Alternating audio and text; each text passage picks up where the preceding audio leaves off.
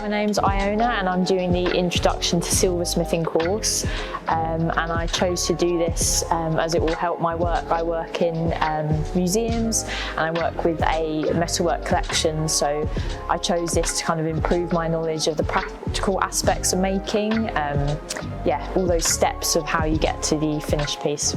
I think 3 key things that have really stuck with me have been the connections that I've made, especially getting to meet people from all over the world that have come here with lots of different skills and lots of different ambitions for the course. Another thing that has really stuck with me is taking inspiration from designers that I'd never heard about, that I'll be able to take back into my everyday job and be inspired by. And third, it was really feeling like it was a space where I wasn't afraid of failure. I could leave my ego at the door and just really give everything a really good try when I came into the classroom. I've kind of got an even greater appreciation of the objects I work with in my job.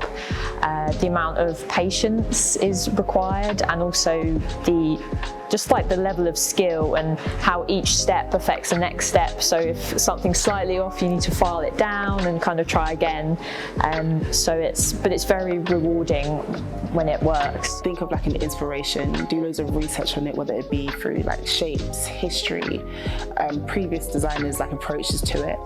And then you make your collages, your mood boards, you pull inspiration for your line and your shape, and then you start applying that to the model that you want to put it on. So whether it's clothing, whether it's footwear, you start doing your sketches, you can start kind of collaging with different shapes.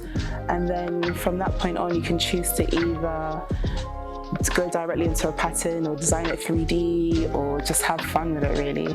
So make the most out of your tutors, ask them questions.